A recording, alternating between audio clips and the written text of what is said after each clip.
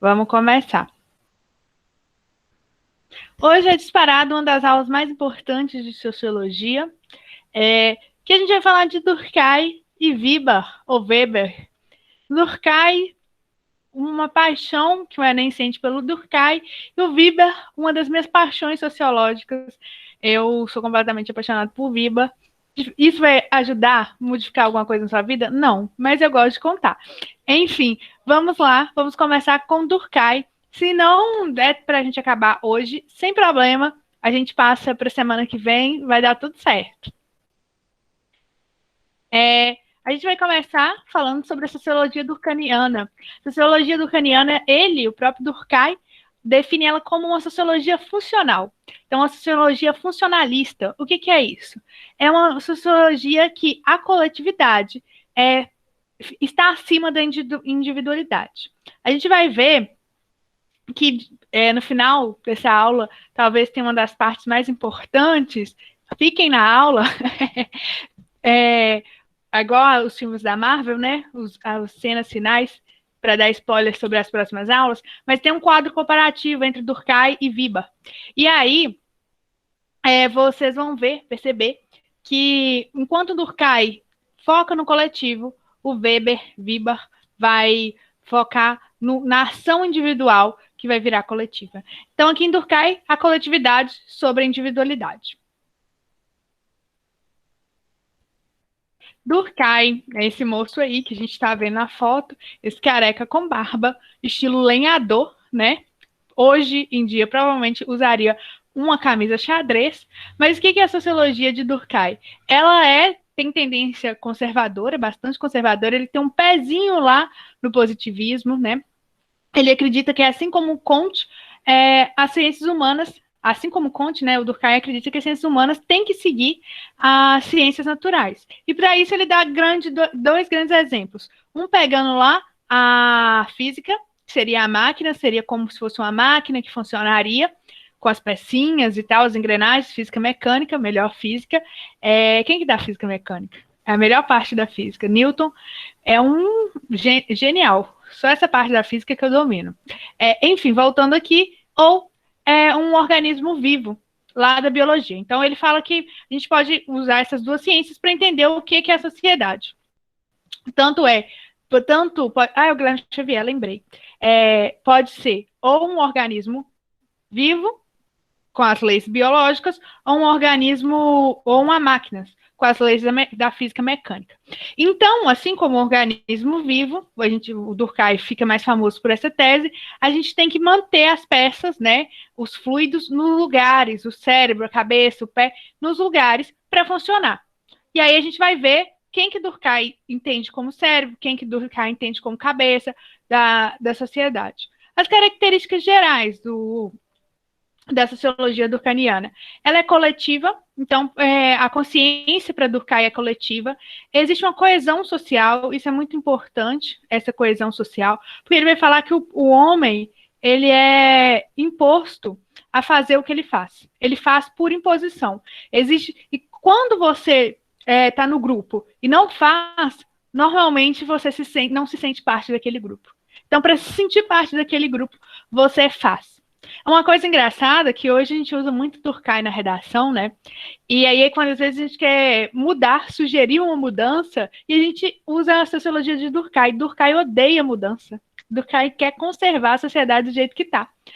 E isso é engraçadíssimo. Não tá errado usar Durkheim, pode continuar usando Durkheim, mas é só uma curiosidade. Ele entraria em pânico se ele visse. Para ele, a sociedade tem que funcionar do jeito que ela funciona, sem grandes mudanças. Ele fala que essas grandes mudanças podem causar, por exemplo, o suicídio. Por isso que ele é alguém que conserva a sociedade do jeito que está. Ele vai utilizar o método positivista, né, para fazer sociologia, que a gente já comentou. E uma curiosidade, ele é o pai da sociologia, porque ele é o primeiro sociólogo a lecionar sociologia em uma faculdade. Lá na França, né, o Durkheim vai fazer isso. Ele vai ser o primeiro a dar a matéria de sociologia. Interessante isso, né? Imagina você ser o primeiro professor de uma matéria, para a gente ver como que a sociologia é nova, né? A sociologia é bem novinha. Vamos lá. o que é o objeto, qual que é qual que é a ferramenta, vamos usar assim, que o Durkheim usa para Durkheim. Não sei como fala direito o nome dele, tem que jogar no Google, colocar francês para entender como Durkheim é francês. Gente, não sei se ele é francês ou alemão, mas enfim. Não, ele é francês. Eu não sei como que fala o nome dele, a pronúncia certa, mas eu acho que é Durkheim mesmo. O fato social é a ferramenta que ele usa. O objetivo da pesquisa dele é a sociedade, ele é sociólogo. E o que seria um fato social? O fato social é coercitivo, ele é imposto. Ele está acima de você, ele vem antes de você. Então, você, quando é criança, você nasceu numa sociedade de moral hebraica cristã. Né? O Brasil, a maioria é cristão, e mesmo as religiões que não são cristãs, a gente vai ter que beber um pouquinho d'água, perdão. As sociedades, as religiões que não são cristãs, os indivíduos dela estão inseridos nessa moral ética cristã, hebraica cristã, né? E aí você sabe, você não lembra quando você aprendeu que é proibido matar. Você não pode matar. Mas ninguém te ensinou isso. Lógico que seu pai reforçou, sua mãe reforçou, mas você não lembra o momento que você entendeu que aquilo era errado matar. Por quê? Porque o fato social, ele é imposto, ele vem antes de você, ele é exterior. Ele não acontece dentro de mim, ele acontece fora de mim, ele acontece na relação dos indivíduos. E isso é um ponto de encontro de Durkheim e Weber. Weber acredita, assim como Durkheim, que a relação, a sociologia acontece na relação dos indivíduos, não dentro dos indivíduos, mas na relação. Só que o Durkheim prioriza o coletivo, o Weber prioriza o individual. Ela é generalidade, né? Ele afeta todo mundo. O fato social, ele não afeta só Maria Cláudia, não afeta só João, ele afeta todo mundo. Por quê? Porque ele é sobre a sociedade inteira. A sociedade tem um conjunto de normas que ela mesma fez, que a gente não sabe muito bem quando começou, mas por tradição a gente continuou, e ela é aplicada a todo mundo. E a principal característica do fato social é ser exterior à consciência individual. Então, ele não precisa da minha vontade para existir. Ninguém perguntou para mim se é da minha vontade ser certo ou não matar alguém. Ela existe. Esse fato social, essa regra social, existe antes de mim e vai continuar existindo depois de mim. Ok? Tá tranquilo? Alguma dúvida aqui sobre essa ferramenta? Não? Vou passar então. A gente tem dois tipos de fato social. O normal, aquele que vai manter a estrutura prevista. Então, sabe um fato social? A divisão do trabalho. A divisão do trabalho é um fato normal, porque ele mantém a sociedade do jeito que a sociedade tem que ir. Então, algumas pessoas trabalham no setor econômico, algumas pessoas... Olá, Valdete. Algumas pessoas trabalham no setor econômico, outras pessoas trabalham no setor de construção. Isso faz com que a gente tenha o dinheiro no banco rodando e casa sendo construída. Divisão de trabalho mantém a estrutura prevista. A gente tem onde morar e a gente tem onde guardar o nosso dinheiro. Mas existem fatos sociais que são patológicos. O mais conhecido de Durkheim é o suicídio. Por quê? O suicídio é um fato social que, quando acontece, ele desregula a sociedade. Porque, normalmente, o ser humano ele tem um apreço muito grande pela vida. Então, quando alguém tira a vida, mostra que socialmente, né, para Durkheim, a gente tá acontecendo algum problema, entendeu? Então, a gente entendeu esses dois tipos de fato social, o normal e o patológico. O normal é aquele que mantém a estrutura prevista, mantém a sociedade funcionando, é um bom indicador que a sociedade está funcionando bem. O patológico não, o patológico mostra que está acontecendo alguma coisa na sociedade. A teoria do corpo social, né? Já que para o Durkheim, a sociedade é um corpo vivo, a gente vai chamar esse corpo vivo, esse organismo vivo, de corpo social, tá? Para manter a sociedade coesa, segundo ele, as pessoas precisam respeitar as posições que elas foram colocadas respeitar as posições que elas foram colocadas, conservar. Sociologia conservadora, ok? Quanto mais a sociedade é coesa, mais os indivíduos sabem o lugar deles, mais essa sociedade é uma sociedade propícia a dar certo. E aí Durkheim vai falar que tem uma sociedade muito coesa, que é a de castas indiana, tá?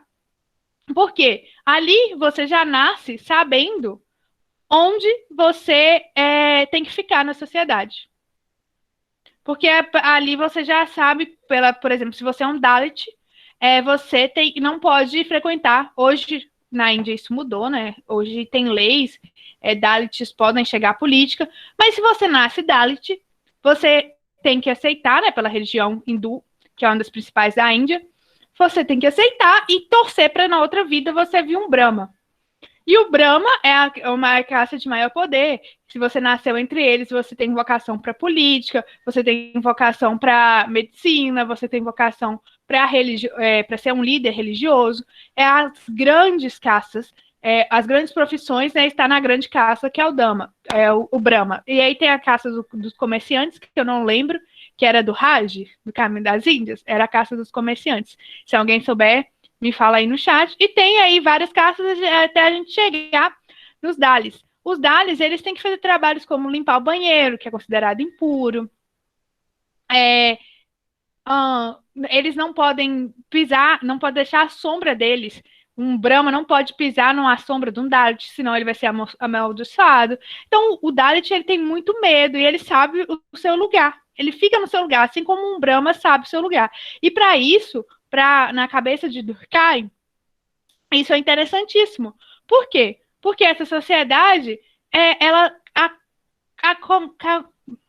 não que gaguejação que eu arrumei, ela acaba evoluindo ou dando mais certo porque tem menos rebeliões. É uma sociedade mais na paz, né? O status quo dessa sociedade é com menos rebelião, com menos atrito, mais em paz, que ajuda a ter o desenvolvimento, que ajuda a ter o progresso. Essa visão, ela é muito problemática, da pessoa saber onde ela tem que ficar. Porque se você pensar nisso, nenhuma revolução para o Durkheim seria vista com bons olhos. Toda revolução atrapalharia o andamento da sociedade. E a gente sabe que não. Que quando existe uma quebra social, logo depois a sociedade evolui. Né? A gente pode ver a Revolução Francesa, que foi fundamental. Então, essa visão conservadora do Durkheim me incomoda um pouco, por isso que eu prefiro Virba. Né? No meu coração, Virba está em primeiro lugar. Mas quem seria, nesse corpo social, as peças? A primeira, né, a cabeça, seria o governo tem que comandar, o governo tem que fazer com que as outras peças não briguem entre si. O tronco seria o trabalho intelectual, é aquele que move a cabeça, olha, o movimento, o cabelo, é o que faz a sociedade evoluir, é o que faz a sociedade, que dá postura à sociedade para ir para frente, e os pés é o trabalho manual que carrega a sociedade, né? Então, enquanto o tronco projeta para frente, né, tem as grandes ideias, é o pé que executa essas ideias, fazendo a sociedade caminhar. O governo, então, tem a função de organizar essas partes, fazer com que essas partes não briguem, comandar o corpo de uma forma eficiente. Tá entendido? Entendido? Alguma dúvida? Não? Então, tá. Quando uma sociedade foge desse estado normal, o Durkheim vai falar que a gente entra numa coisa chamada anomia social. Anomia social é quando as instituições valorativas, família, escola, religião, param de funcionar. E os laços sociais, eles vão ficando frouxos. E aí, quando vai ficando frouxo, você não se entende mais nessa sociedade, você não acredita mais na religião, você não acredita mais na família, você não acredita mais no governo. Isso vai fazendo com que os indivíduos fiquem meio perdidos, porque eles não têm mais suporte. Vou ter que beber água de novo, porque hoje minha garganta tá ficando muito seca. Perdão. É um patrocínio Planeta Brasil. Saudades de aglomeração. O que acontece? Com essas, o fato social, ele é exterior a mim, né? Eu, Maria Cláudia, paro de acreditar na minha religião. Eu tenho uma religião, eu paro de acreditar nela.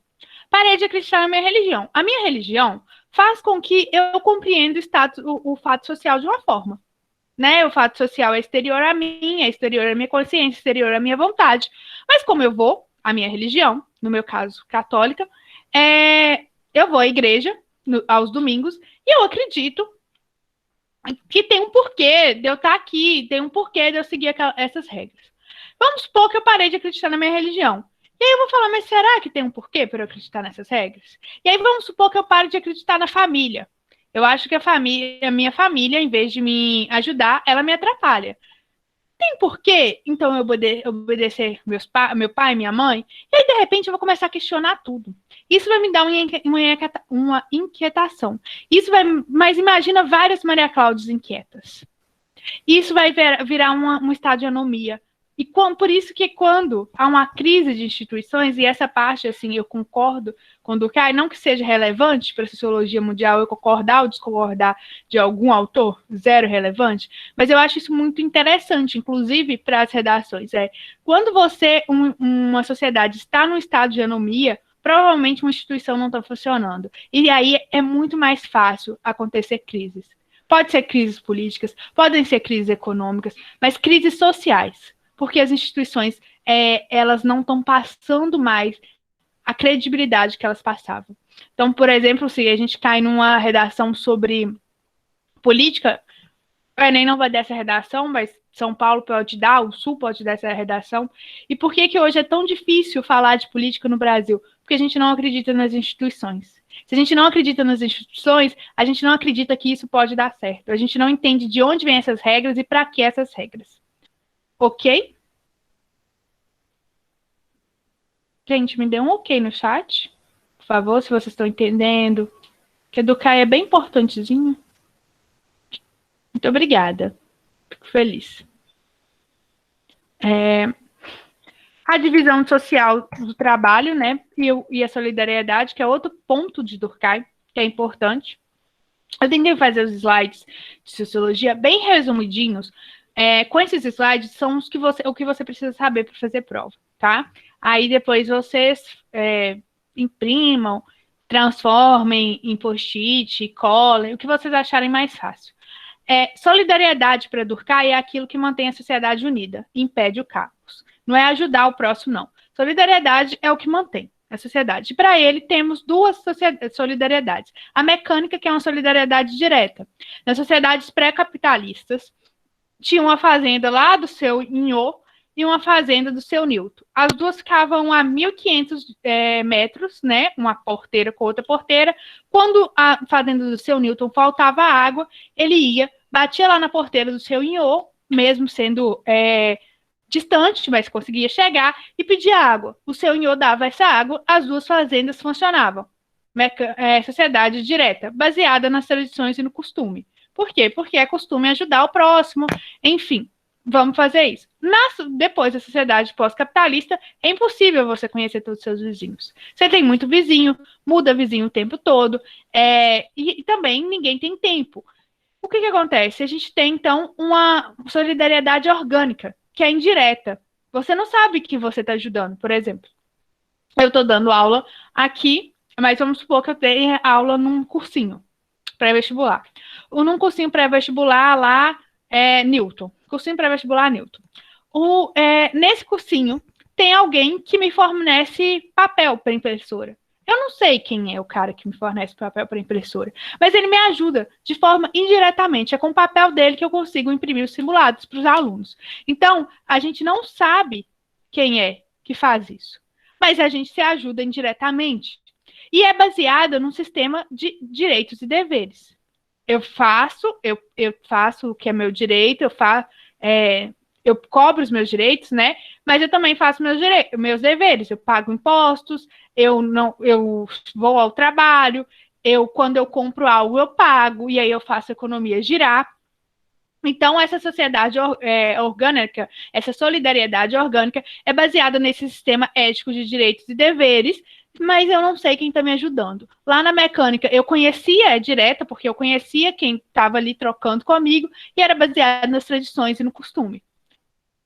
Ficou entendida a diferença? No simulado tinha uma questão disso? Quem fez simulado? Tinha. Essa descrença que a sociedade tem nos políticos seria um tipo de anomia.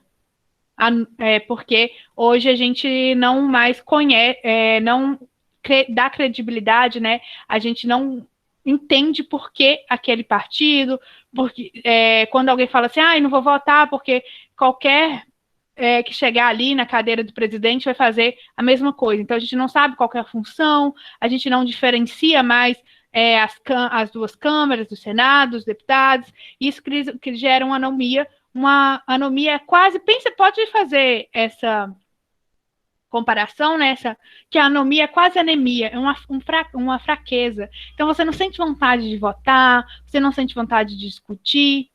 Então, a gente tem muitas pessoas. A política brasileira hoje, ela é um caso, porque a gente tem muita gente nesse aspecto espectro, quer dizer, da anomia e tal, mas a gente tem do outro lado pessoas muito apaixonadas, que acreditam muito, mas eles não acreditam muito em instituições, acreditam muito em pessoas, em líderes. Isso também é um lado da gente não acreditar em instituições. A gente não acredita mais no partido A, no partido B. A gente acredita no líder tal e no líder fulano, no líder ciclano, a gente se agarra neles. Então a gente tem esses dois espectros. Aquela pessoa que duvida de tudo, que não quer discutir, que não quer votar, que não quer fazer nada relacionado, e a gente também tem um lado de pessoas muito agarradas em um líder porque não conhece as instituições.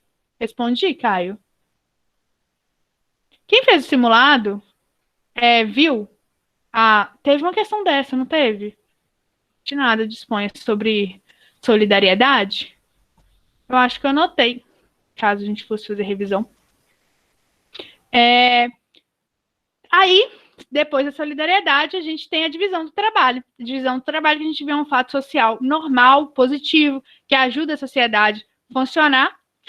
A divisão do trabalho são as especializações, mas não somente as especializações do mundo capitalista, mas também as instituições especializadas, como o judiciário, o sistema educacional. Então, quanto mais a divisão do trabalho for bem feita, mais os indivíduos são interdependentes, mais tem solidariedade orgânica, mais a sociedade funciona bem.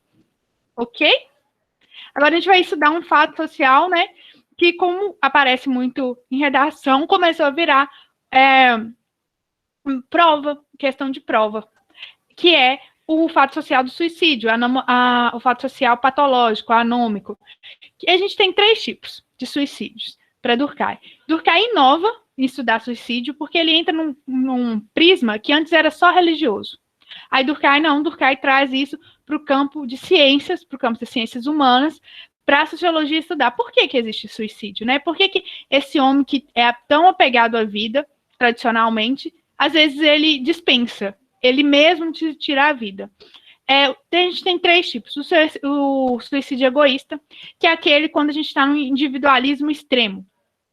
Você não consegue adaptar as regras. As regras, os fatos sociais são externos, eles não dependem de você, eles são generalizados, ele não aplica só a você, mas você, por algum motivo, você não entende aquilo. Você está isolado entre grupos sociais, não tem uma religião que te prenda, você não se sente parte do modelo familiar, você não se sente parte de um mercado de trabalho. Então, você se vê e você vê as pessoas encaixadas nesses sistemas, mas você não se entende. Por que você não entende você não consegue entrar nesses sistemas, nessa divisão de trabalho, nessas instituições, e aí por isso você prefere sair da sociedade. Esse seria o suicídio egoísta. O suicídio altruísta é totalmente diferente. O fato social é tão obediente, você é tão obediente àquele fato social, tem uma força coercitiva do coletivo tão grande que você morre por aquilo que você acredita. Segunda Guerra Mundial, os kamikazes japoneses, que eram pilotos de aviões que pulavam com um avião para destruir certo lugar, né? E ele ia morrer, ele sabia disso, mas para ele era tão importante a obediência ao governo do Japão, ao império dos japoneses, né? Que ele fazia isso. O fato social estava tão coercitivo nele, ele pensava tanto no coletivo que acontecia esse suicídio altruísta. Eu queria um exemplo atual de suicídio altruísta. Alguém sabe? Tempo. Homem-bomba. Homem-bomba hoje, a coercitividade aí no caso da religião está tão grande, a força coletiva do coletivo, de que aquela ação dele vai expandir a religião dele, vai fazer que o mundo acredite que aquela religião é a verdadeira, e de novo, sem juízo de valor, tá? Porque, né, pode ser realmente a verdadeira, a gente não sabe, faz com que ele vá ali e morra em nome daquela religião. Suicídio anômico. Suicídio anômico quando acontece, ele é quando tem transformações sociais muito grandes. Então, a sociedade toda está em um aspecto de, meu Deus, o que está acontecendo aqui? A gente acha que vai transformar muito, e eu não vou dar conta dessa transformação, mas não sou eu, só a Maria Cláudia, não é só o Joãozinho, é toda uma comunidade. Aí acontece vários suicídios. Sabe quando aconteceu um suicídio anômico enorme? Crise de 29. A bolsa estava quebrando e as pessoas, meu Deus, o que vai acontecer aqui? O capitalismo está encerrando um tipo de capitalismo, e realmente estava encerrando. O liberalismo estava acabando ali para começar um capitalismo de Estado, né? O de Estado interferindo, que é o keynesianismo. As pessoas vão ficando com muito medo, porque você dormiu rico, acordou pobre, e aí várias pessoas, com medo dessas transformações que estavam acontecendo, se suicidaram. Esse seria o suicídio anômico. Tranquilo? Nessas partes que a gente viu de Durkheim, alguma dúvida? Que a gente já vai para a Viba. 2012, quando as pessoas suicidaram por causa do fim do mundo, que elas acreditavam que ia ter fim do mundo. Então, isso não seria muito um suicídio anômico, porque isso aí seria mais uma crença mítica. E aí a gente não teria um suicídio aí uma categoria do Durkheim para explicar. Porque aí seria alguém com medo de algo mítico, entendeu? E aí explicar isso dentro da sociologia, eu não sei como que Durkheim explicaria. E eu tenho até, talvez uma anomalia pode ser patológica, que aí a religião perdeu, as religiões tradicionais não deram conta de explicar as transformações do mundo, e aí gerou esse temor, aí sim o suicídio anômico, mas eu tenho um pouco de dificuldade de classificar esse fenômeno dentro da sociologia durkheimiana. Porque a sociologia durkheimiana, ela é muito tradicional, entende? As religiões para ela, que fariam um papel, seria as religiões cristãs, e aí com grande papel do catolicismo. Tá bom? Deu para. Posso até pesquisar um pouco mais sobre. Vamos agora para um não tão querido do Enem, mas muito querido meu, Weber. Sociologia weberiana, a sociologia compreensiva. A gente já antes estava falando de uma sociologia funcionalista, funcional, que explicaria, agora é uma sociologia que quer compreender. Então, a gente vai ter compreender a modernidade, a racionalização e o desencantamento. Como que o indivíduo está vendo essas transformações que estão acontecendo? Vamos lá. Weber é esse aí, ele parece um pouco com o Zé Neto, do Zé Neto Cristiano. Se você discordar, você está errado. Eu acho que parece muito. Ele encantou a Alô Ambev, né? Foi Vibar que compôs para falar de tristeza. Ele falou: a sociedade está ficando muito racional, a gente vai ter que beber. E aí ele compôs esse hit, Alô Ambev. Eu esqueço que essas aulas vão para o YouTube e eu falo essas besteiras. Qual que é a maior tendência da sociologia de Vibar? Eu vou falar Weber-Vibar porque eu falo assim na vida. Enfim, perdão. Do Vibar foi essa mudança. Porque a gente estava vindo lá com Kant e Durkheim tentando explicar a sociedade, focando no social, focando no geral. Vibar vai falar, talvez não seja isso.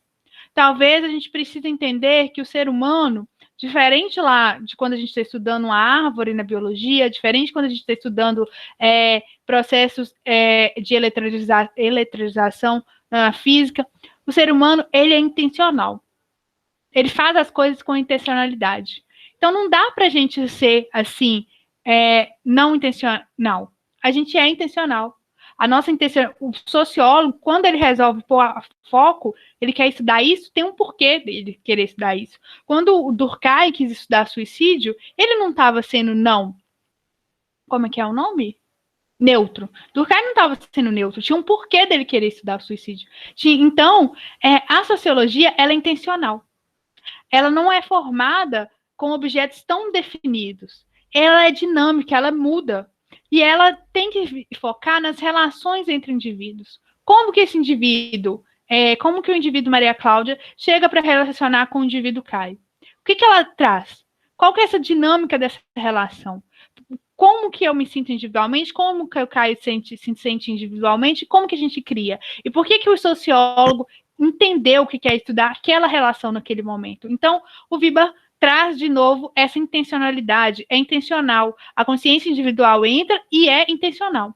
Ele vai usar o método historicista, né? Um bom sociólogo é parcial e intencional, só que ele sempre declara seus juízos. Ele vai falar, eu estou estudando isso porque eu quero estudar, entender, por exemplo, o Weber, ele queria entender como que a região influenciava no capitalismo. Por isso, ele resolveu estudar isso. Ele vai deixar bem claro porque ele não vai tentar ser neutro, entendeu? Ó, gente, pelo amor de Deus. Deus. Os slides sumiram de Weber. Eu tô chocada. Meu Deus! Tinha mais 15 slides. Ver. Ah, graças a Deus. Como que eu vou dar aula sem os meus slides? Gente, o meu computador fez isso sozinho. Deixa eu ver. Aqui, 5 minutinhos.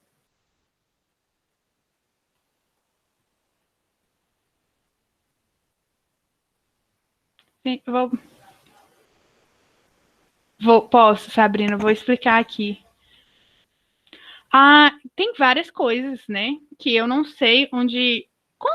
Quando que. Antes de eu salvar o PowerPoint, será que ele fica. Eu vou parar de apresentar rapidinho. Guarde só um momento, gente. Tá vindo tudo tão bonito. Tava chegando um momento que eu tava pensando assim, nossa, minha vida, ela tá mudando, entendeu? E aí acontece isso. Ah, gente, é porque agora vai. Já achei o que eu tinha feito aqui. Eu tinha colocado obrigada antes.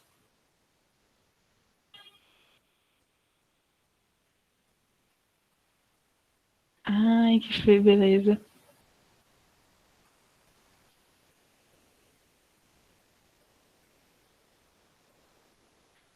Pronto.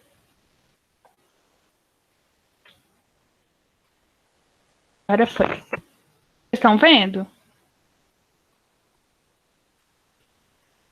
Vocês estão vendo Weber, ação social.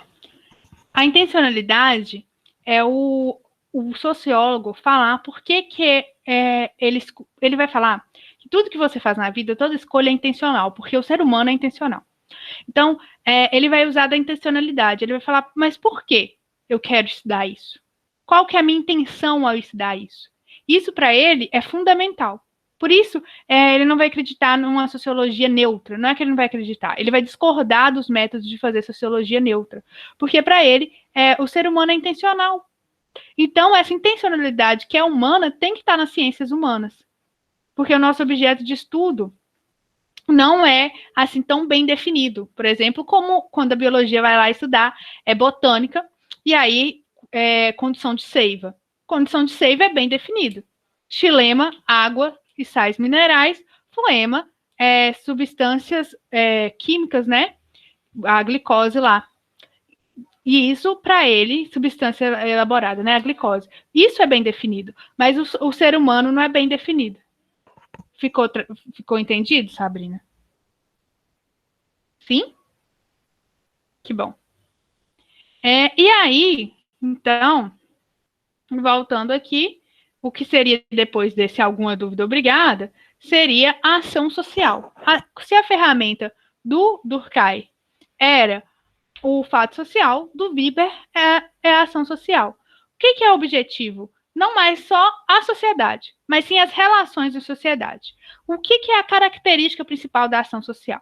Ele vai falar que toda conduta humana é dotada de sentido. Ou seja, tudo que eu vou fazer, eu penso. Eu interpreto e penso. Por isso que a sociologia do Weber é uma sociologia compreensiva. Ele quer entender, ele quer compreender qual a interpretação. Então, eu, Maria Cláudia, quando eu vou dar aula, essa é uma ação social. Por quê? Porque eu entendo, eu consigo pôr razão nisso. Eu dou aula porque eu quero ajudar vocês a se prepararem para fazer uma boa prova. Na minha interpretação subjetiva, isso tem um sentido.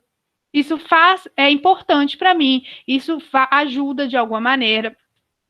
E por isso eu realizo essa ação social. Ok?